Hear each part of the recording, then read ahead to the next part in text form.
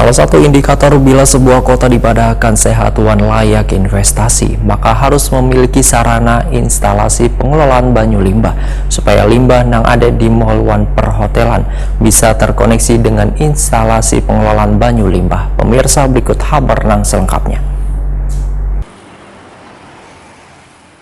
Salah satu indikator bila sebuah kota dipadahkan sehatuan layak investasi, maka harus memiliki sarana instalasi pengelolaan banyu limbah, supaya limbah yang ada di mall wan perhotelan bisa terkoneksi dengan instalasi pengelolaan banyu limbah. Untuk mengoneksikan banyu limbah tersebut, maka perlu adanya pembangunan jaringan mulai dari Simpang 3 Jalan Kolonel Sugiono sampai Simpang 3 Jalan Pangeran Antasari. Kemudian jaringannya dilanjutkan dengan menyasar tempat-tempat yang ditumbuhi hotel wan perumahan. Namun pembangunan jaringan instalasi pengelolaan banyu limbah tersebut sedikit mengalami kendala, lantaran lintasan yang dilewati sebagian adalah jalan nasional. Demikian dipadahkan Dirut PDPAL Banjarmasin Rahmatullah SE, Waitakoni Prima TV usai gelaran rapat paripurna yang salah satunya membahas raperda tentang perubahan status PDIPAL.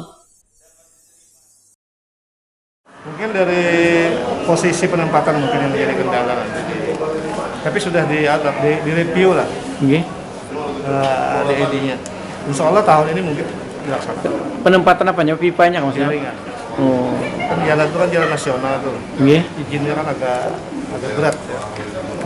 Jadi termasuk jalan ini, izin jalan ini memperberat Salah satunya pala.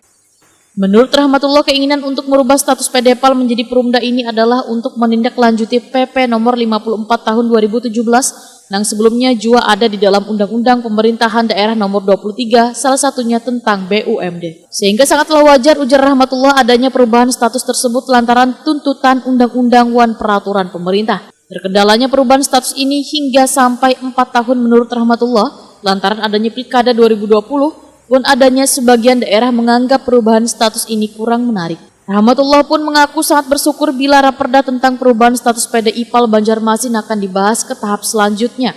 Karena bila sudah menjadi perumda, maka secara legalitas akan menjadi mudah dalam memberikan pelayanan pada warga kota Seribu Sungai ini. Alhamdulillah, kita bersyukur. Jadi kalau sudah berubah nantinya tentu saja secara legalitas kan lebih nyaman ya dalam pelayanan masyarakat. Apa yang dipersiapkan PDIPAL Pak untuk perubahan ini Pak? Kalau rancangan udah mas, udah kan prosesnya kan ada sinkronisasi dengan Kumham gitu, pembahasan dengan dinas terkait sudah kita lakukan dan akhirnya dikirim ke Dewan Kota. Alhamdulillah sudah diparipurnakan kan hari ini.